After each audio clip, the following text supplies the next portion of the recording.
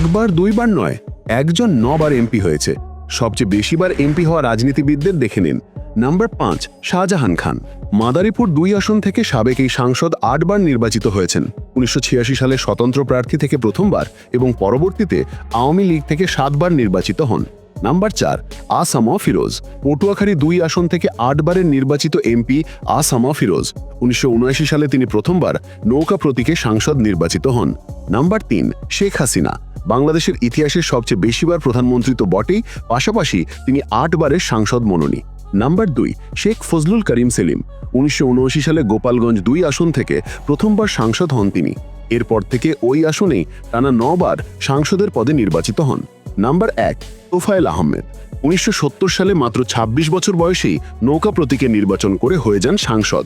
এরপর আরও 8 বার তিনি ভোলা 1 আসন থেকে নির্বাচিত হন, যা দেশের ইতিহাসে তো বটেই, বৈশ্বিক ইতিহাসেও বিরল।